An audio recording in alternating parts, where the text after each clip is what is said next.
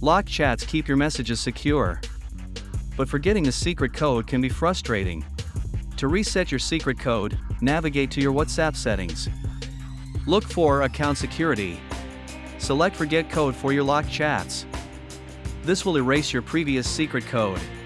Confirm your choice. You may need to verify your identity via a code sent to your phone. Once verified, your chats are unlocked. Create a new code for your peace of mind.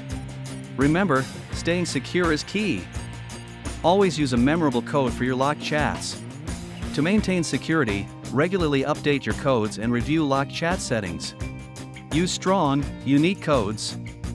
Avoid using easily guessable information. Consider writing your codes down in a secure place, away from prying eyes. Help others by sharing tips on maintaining WhatsApp privacy safeguards. If issues persist, don't hesitate to reach out to WhatsApp support for assistance. Stay informed about updates for features that enhance your privacy.